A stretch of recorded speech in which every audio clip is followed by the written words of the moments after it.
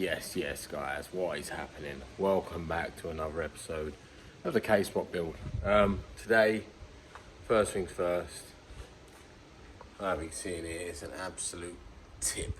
So, I'm going to tidy up first, and obviously if you remember in the last video, I said I need to get my hose stuff sorted so I can clean down this subframe. Well, I've done that. Now I'm going to show you it before and after. So obviously here it is, I sprayed a bit of alloy wheel cleaner at the time as I haven't got any degreaser at the minute and couldn't get hold of any. Obviously I'm going to snow foam it up and then I'll be jet washing her off and getting those clean as I possibly can before I put it in the car, because you might as well do it as best you can while you can. Don't probably look too bad, but up close you can see it. Yeah, there's gunk.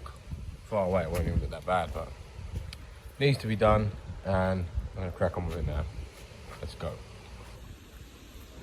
Alright, I'll give her a wash off the best I can. As you can see, there is a different colour. Actually, a lot of it's come off, so it looks a lot cleaner. Now, obviously, it's not perfect. As I said, like to get this stuff perfect, you need it powder coated and things like that. I apologise if you can't hear me, probably it's quite a windy day today. But, yeah, I'm just going to let her dry off a bit, tidy up this place, and then we're going to get her on today. Next job, that is. Alright guys, the subframe is in, but we have a problem, and I had this before on another case swap I've done, but I totally forgot about it. Basically, where I don't even know what it's called, connects to the steering wheel. This one off the EJ of the original subframe is thicker than the EG one. I've had this a couple of times before, but I totally forgot. So yeah, I've took the rack off the other one. Obviously the racks are different, they don't fit. So what I'm going to have to do is try and fit this part onto that. I don't know if it's going to work, and by the looks of it I don't think it is. So it looks like I'm going to have to order or find someone who's got this part. I don't even know what it's called, to be honest with you. God, I have to look up see what it's called. But yeah, I need one of these to join the rack to the subframe, because as you can see, one side's tiny, the other side's bigger. Tiny, bigger. That side's what goes onto the steering side. This side's what's meant to go onto the subframe side. Let me just show you.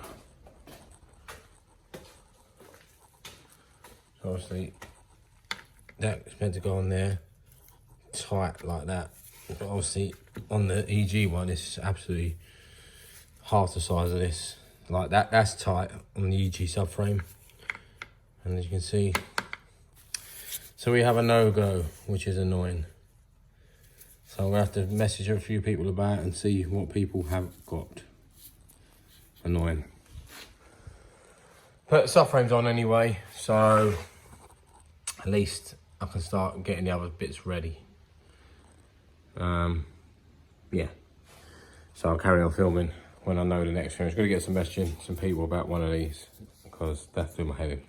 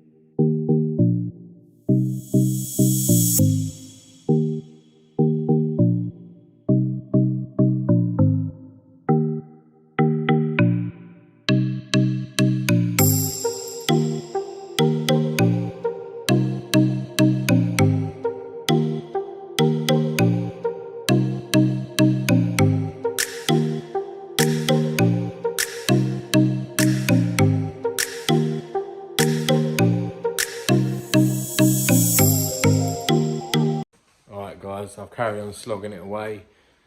Since the subframe, as you see on the time lapse, I try to get as much done as I can. I've messaged a few people about that part. We'll see how it happens, because obviously I want to get this done and buttoned up. But yeah, I'll just show you exactly what I've been doing right now, in a bit more detail and a bit more explanation for you. Right, what I've done is I've chopped the old fuel line and I've added a hard line fitting there. Yeah, it's just to an AN, it's AN6, 8mm line anyway. And obviously I want to run all of the fuel lines around the back here, as close to the firewall as I can, and down here, down the side, and have all the lines this side. Because if you remember on Red Rum, I had a turbo and I had fuel lines going across it. It looked terrible, so I want to tuck them this time, this side out of the way. So that's going to be the plan, to have the fuel lines this side, right up to the wall, the firewall as close as possible, and obviously out of the way of the sidewinder. But yeah, and also I've got the rear mount on, and as you can see, the hardware, right? The hardware they supplied did not fit, so I had these 3 bolts laying about. The reason these 2 have got washers is because they're a bit longer than the one on the left. To be fair, I could have probably still put a washer on the one on the left, and it'd been long enough anyway. But me being extra, I didn't want to waste the extra couple of threads, so I'll just tighten that one tight as I can. And yeah, the threads, the bolts are probably good length, so they're well in there, yeah. But the hardware they supplied is no good, so I have had to deal with what I've got. And obviously, as you can see, I've put this back together now. That's all cleaned all out under there best I can, and cleaned out best I can. She looks so much better. Looks like new. I said you ain't gonna see no wiring, no nothing now. That's the only wires you got there. And I've got my loom tape turned up today, so I'm gonna put some loom tape around there to keep that as neat as possible also. What I'm gonna do now, possibly, is plan the fuel lines. I haven't got hang on a second. I haven't got the return fitting yet. So this is your return. That's your breather for the tank. I may leave the breather there for the tank anyway.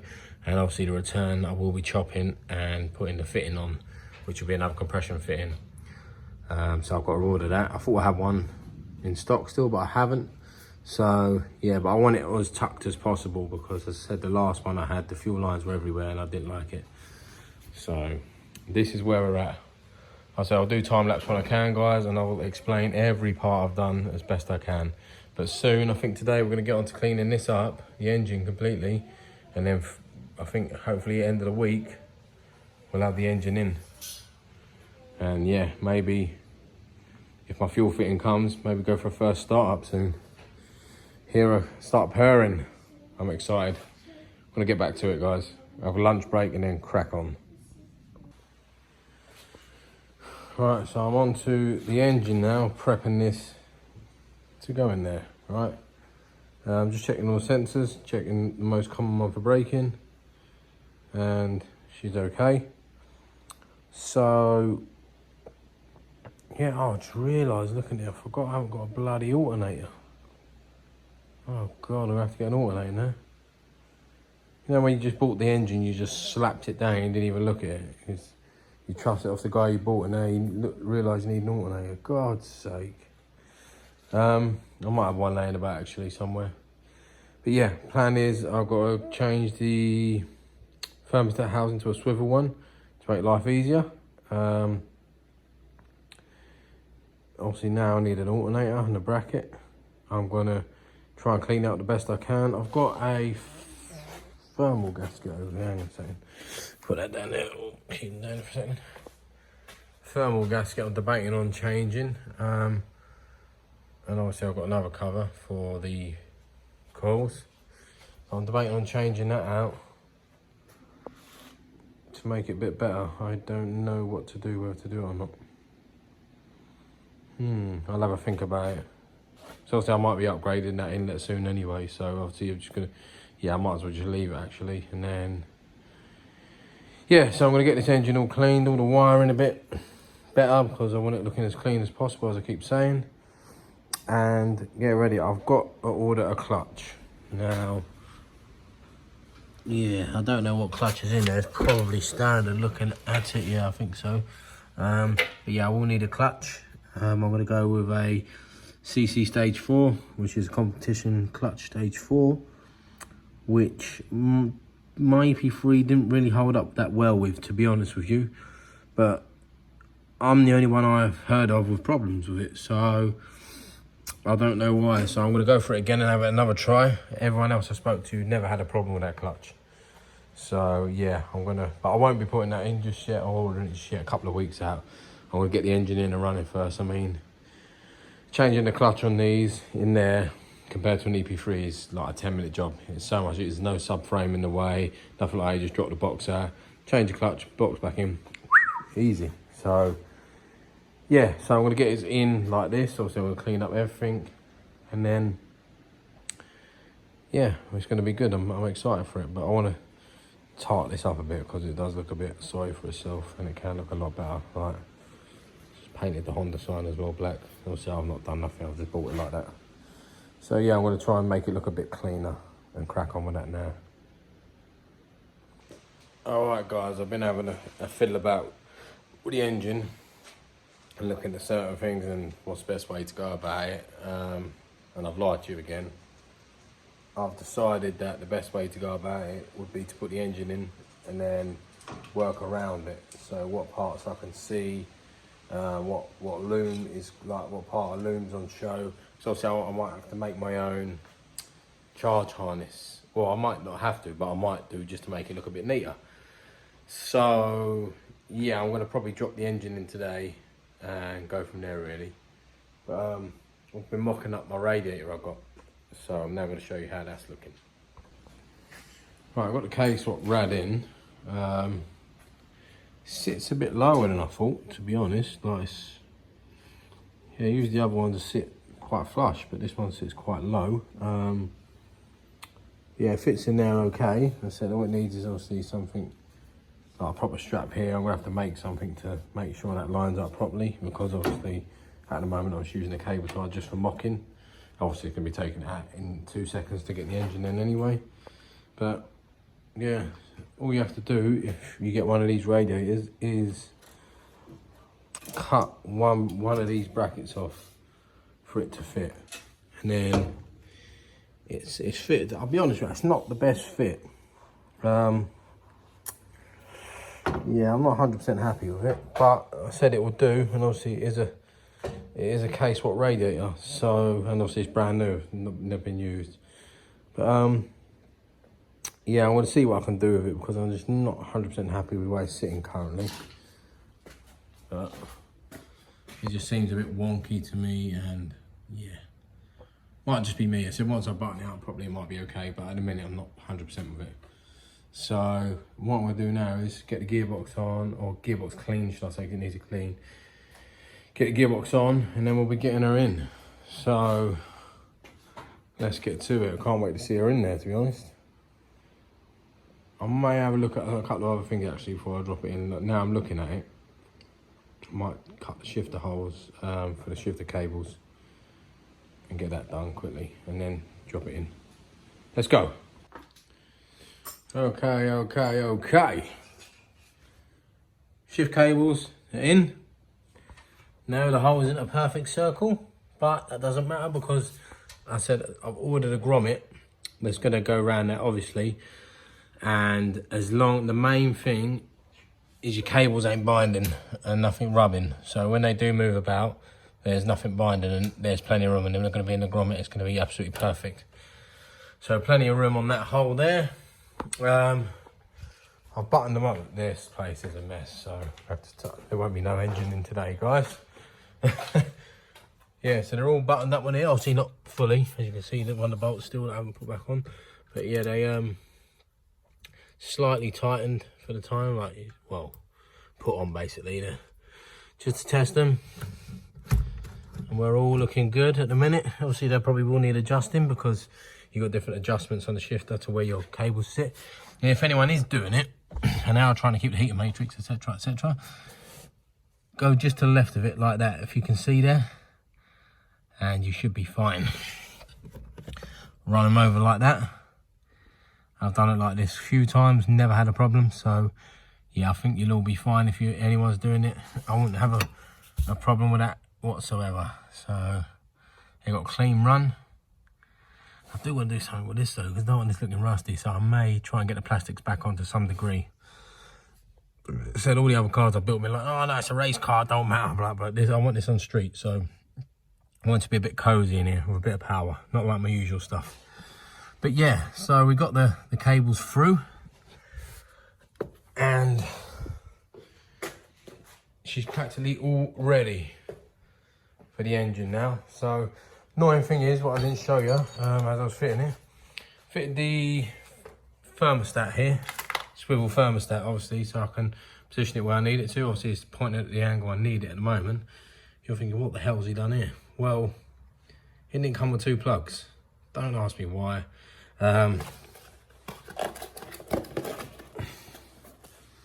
eBay stuff. Yeah, not the most expensive stuff, that's probably why, but this is going to be a temporary plug. And then what I'll do, obviously it's just for the time, I probably won't even run it with that in there at all. I'm going to take that out to my local shop and then get a plug to fit it, so that'll be fine. But yeah, that's on. And then basically all I've got to do now is clean the gearbox up and put that on. So I might not get to that today though, because time is getting on. I've been doing quite a lot here today, and as you can see, I was trying to work neatly before, but I've started working like an absolute pig again. So it's going to be tidy up time, I think. And then, yeah, we're going to finish this off tomorrow. So obviously I won't be dropping this video until it's complete. The engine will be in at the end of this video. But I'm going to pack up today, guys, and crack on again tomorrow. Alright guys, it's a couple of days later now. I was a bit busy yesterday, so I couldn't get on this car. But I've got some good news. Well, for me anyway. But yeah, I've basically been given a job, a full-time job in stuff to do with cars instead of security for once. So I'm absolutely buzzing about that. I'll start on the 1st of November. It's only a few days a week, but it's still a good wage, and yes, it's enough. I can basically do the job and I can do the boost development stuff on the side. So yeah, I'm pretty happy. So yesterday I was at a job interview and it went really well. So I'll go in on the 1st of November and I start then, and it's, yeah, I said it's a good wage. It's 3 days a week, so it gives me 4 days a week to do whatever, see my kids, do the boost development stuff, and blah blah blah. So good news for me there, absolutely buzzing, and yeah, things are going to be looking up. Right, enough for my good news. We're on the case swap. I just want to go, I'm about to drop the engine in. Well, I say about to drop, I've got to put the gearbox on the engine first, it might take me a minute. But I just want to go over a few things with you before I drop the engine in for anyone doing a case swap. So this is going to help you a little bit and give you an idea on what to do before you drop the engine instead of wasting your time thinking, oh Jesus, blah blah blah, I can't do this now, I can't do that now. So yeah, hopefully this can help you. Let me show you exactly what I'm on about. Right, so the engine bay is now ready for the engine. As I said, you want to make sure, see, all your wire tuck's done first. If you're going to do a wire tuck, make sure that's all out of the way. That's all done. Make sure your fuel lines are done. This is what I'm now about to talk about. Obviously, I'm using the standard hardline fuel lines already, because to be honest, I said I run them at over 700 brake, and this car ain't gonna be 700 brake, so they're more than good enough. You want to get a hardline fitting for this. This is the feed, and obviously the feeder comes down here, and you want your hardline fitting here, so that you can obviously put your AN6 fittings on, and you want a hardline fitting here, which is the return. Now I want it as neat as possible, so I'm going to be running the fuel system around the back. Obviously we're going to have a sidewinder here, so it's going to be not really tight because you've got a lot of room in these bays, and obviously you notice the engine sits a bit more forward on these bays, so you've got quite a bit of room behind. But I'm going to run all the lines right out the way at the back with a bit of heat protection on them, sorry. And then obviously run around this side, as I said, because before, I think I said it earlier in a few clips, where the turbo sat on Red Rum and even EP3 and I had fuel lines going across it, it looked terrible. So I'm just going for a bit more of a cleaner look. yeah, so you want to get that done. Get your shifter cables run before you put an engine in. Obviously, it makes it a lot easier to cut the hole. Make sure all your subframe's done properly. Make sure all your mounts are probably properly bolted on. And yeah, that's about it really. I said make sure all the little jobs are done that go behind the engine, because obviously it'll be harder to do once the engine's in. So what I'm going to do now is I'm going to take these off, because I'm going to need different pipes to run the heater matrix on this car, because obviously they're in a different position. So I'm going to take these off and then put the gearbox on the engine. And then once the gearbox on the engine, then we're going to drop her in. So I think the next clip you're going to see, she'll be sat in the bay. All right guys, another thing I thought about to go through again before you've seen the engine drop in. So I'm just trying to cover all areas for anyone doing a K-swap, turbo, etc, etc. Right, gearbox is on obviously.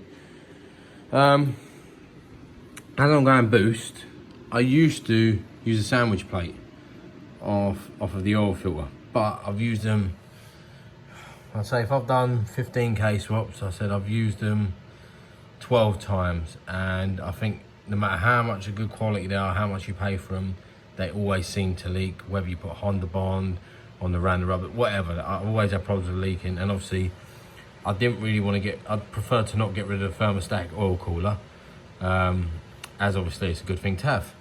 So I've just added a little T-piece in here, guys, right? And obviously if you're looking, oh, why is it all bent? Because that's the best way to get to both fittings. And also, if your manifold's sitting along here, your line should be able to run underneath to your sidewinder, so quite easily. And obviously that's just a spare outlet if you want to, like a aftermarket oil pressure sensor, you can plug it in there. And obviously you've got here the standard oil pressure sensor from factory. But they're just a good little kit to have. I said I've got a few spares in that. I've always had loads of them laying about. And yeah, they're good. Obviously, make sure when you do oil feeds also, even on the turbo side, everything, you use your PTFE. Even fact they don't do it from factory, but it just helps have an extra seal in the oil. Obviously, it only really works on oil lines. If you do it on fuel lines, a fuel line will eat the PTFE away. So just always do it on oil lines, bit of PTFE. It looks a bit like this. Ugh. Comes like that. Yeah, and just make sure it's all sealed and nice and tight. If you don't know oil leaks, obviously oil pressure gone, bye-bye engine. So, but yeah, about ready to drop her in. So I'm gonna get on with that now. And the next clip you'll see, she'll be looking pretty in there. Let's go. Well guys, she's now K-swapped. And I'll tell you what, the mounts were a nightmare. Obviously I've got them on, but they didn't even fit in, like the mounting position, like the rubbers didn't even fit in the frame, and I had to sort it out. And obviously I've got it in now. All the mounts completely buttoned up and absolutely solid, but she's officially K-swapped. What do you think? She's all in. All in. That mount was that was the pig. The others weren't too bad, to be fair. All the hardware that come with it was not great. So yeah, I've done my best with what I've got, and she's now K-swapped. Looking good. Now time to do the fuel system, shift cables, blah blah blah blah, underneath drive shafts. Obviously I've got to sort these out before I can drive it. But my mate Jake's got a press, and I'm going over to see him. So when I pop over to see him, I'll say, pop these out, boy. And he's good as gold, so he'll whack them out easy. Whereas I haven't got a press, and as you can see the state of it, I told you in the other videos how bad they were, they will come out. So yeah, I've got new ball joints on the way as well. So we'll have 2 new ball joints. And then obviously I've got the suspension coming, just coilovers. But yeah, this is how we're looking. Look at that room at the back of that engine. Look at all that room. Jesus, that is what we like to see. So, I'm buzzing. Good news yesterday in my job. Good news now the K-swap's in. And she's starting to look... Yeah, I know, I'm still thinking, what are you talking about, geezer? There's still half the stuff missing, but no, you know what I mean. Like, the engine's in there. Now we can work around the engine, get the fuel lines mocked up to the right size, get them tucked away nicely, get the shift cables on properly. As you can see, how far out they are at the moment. But yeah, and then obviously wiring. Obviously I want to sort this wiring out on this thing. I've got some brand new loom tape there, which I will be trying to tart up the wiring a bit better because it does look a bit dusty and old. And then obviously I'm going to try and just make it look as good as I can. But what do you think? Not bad? Let me crack on, we'll have a bit of lunch, and then we're going to get to it again. Jesus, I tell you what guys, time flies when you're cracking on. Honestly, I picked up the camera for a while now, and it don't look like I've even done much, but I have been a bit picky on some parts of the wiring that I've started on, and I've just sort of tried to clean it up a bit. I've not even started the fuel lines yet. I want to get on them now, but let me just show you how it's coming along. So it's starting to take place, and I'm happy with the way it's looking, to be honest with you. Really buzzing. A couple of things obviously I will tidy up, and whoever painted this rocker cover before I got it, stay away from my car. They've not covered up marks, nothing, and I'm hoping that they've run the car and not damaged the bearings, because obviously I know if you paint the rocker cover wrong, you get all crap in your engine, through your bearings, bottom end gone. So I'm hoping it's been done a while, but I'm not sure. I had a good clean out of the head before I put this on, and I had a good clean out of the rocker cover. Fingers crossed it's okay, but the screws wouldn't even go in the bolt holes. It was just an absolute nightmare. So if you've done it and you know this engine and you painted it, don't ever do it again. Honestly, get someone properly to do it, because you're meant to mask up everything properly, and nothing can be much going straight over it. So you've made my life hell, and it took a lot longer to get the bolts in, like re-thread everything. It's been a nightmare, but it's done this on, and I've got the cover on now. So let me see what you think. So yeah, she's sat in there like that. Covers on. If anyone's looking for one of these nice covers to make their engine bay look nice, get XO Racing. I said if you go on my Instagram, I think you see even on my YouTube channel as well, the link's in the bio. To get 10% discount using my discount code, which is Boosted Developments and Capitals. You can have a look anyway yourself and get ordering if you want. But yeah, I put a new rocker cover gasket on, and obviously got it all bolted down. Everything's on here. As you can see, I've sorted the wiring out here as neat as possible. Really, it's out the way. It's all cleaned up. She's looking clean. So yeah, happy with the way she's turning out. Now I'm gonna crack on with the fuel system. As you can see, this is the throttle cable. It is bolted up, but obviously I'm not sure where I'm gonna route it yet, because we're gonna have a sidewinder there, and obviously it's gonna melt. So I've got to find a nice place to route it. I want it as neat as possible. So not sure yet. I might see if I can run it down here and down there, but I don't know if it's gonna be long enough. I'll have to have a look, guys. But I'm going to get on with the fueling now, get all the fuel system buttoned up, and then soon we'll be ready for a start, man. Yes, so buzzing. What do you think? Looking good, isn't it?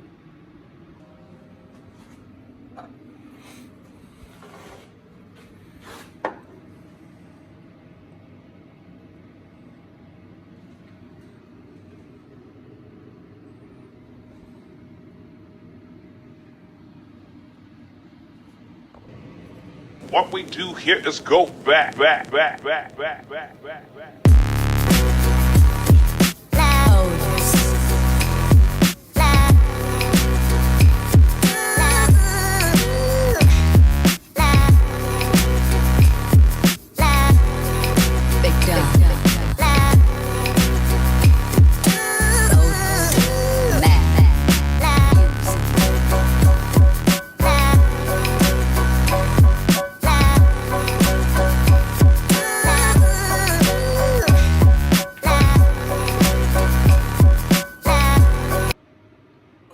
Guys, as you can see, I was buttoning up the fuel system, but let's see if I can turn the camera for you.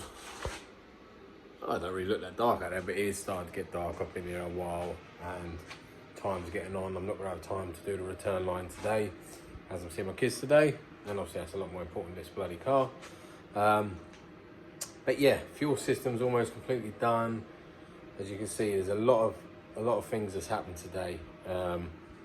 with this car, and I'm so excited about getting it out. I'll tell you, I'm buzzing for it. So it's so getting there. Obviously, when I come back, next things to do will be to get the fuel return line done, and the clutch line done, and maybe the intake to the master cylinder. Is it? Oh, I can't. To the servo. Sorry, that's it. I'll just struggle with words. So yeah, to get the servo done, and obviously get the line for that made. And then once I've done that, I'm gonna do the wiring inside underneath by the bulkhead. So I'm gonna do all that. I've got something else to do under there as well. I can't remember what it come to me earlier, but I forgot at the moment. So yeah, a recap on what we've done. I said, so we've done the fuel system, well, practically the fuel system. We've got the engine in today. We've got the shifter cables sorted. We've got a lot of the wiring cleaned up. We've got basically the majority of the job's done now, really. So yeah, I'm well happy with it. I'm buzzing. So yeah, just look at it. We've done quite a lot, as I said.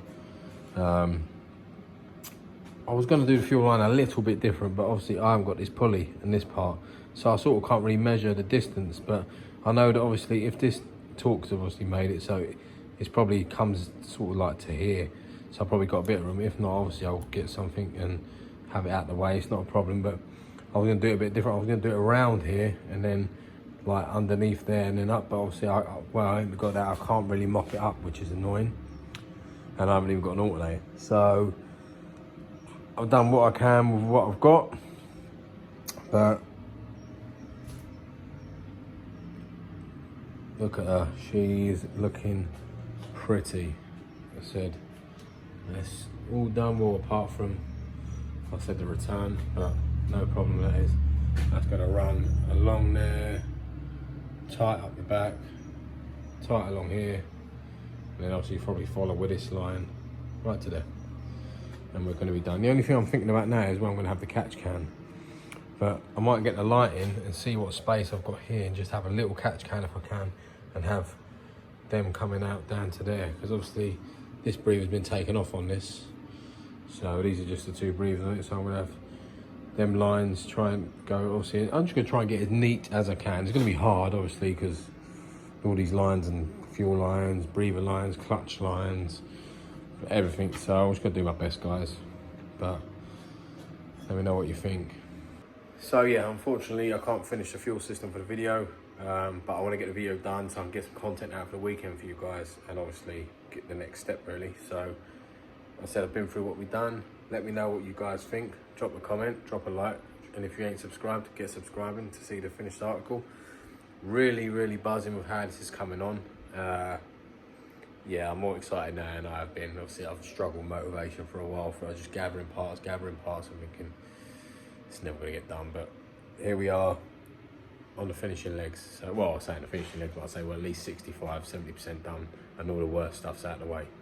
So, yeah, if you're liking the project, like I said, make sure you see all the episodes. And if this is the first episode you've seen, there's another 2 before this. Obviously, subscribe to the channel.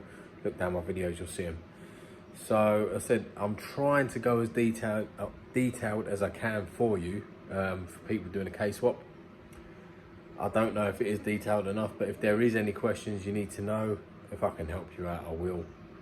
Obviously there's plenty more to go through yet, but up to the episode we're on, up to the stage we're at, I hope I've been detailed enough and showed you how it can be done basically. So I said like, subscribe, share. Let's get this out there. And I'll see you again in the next one.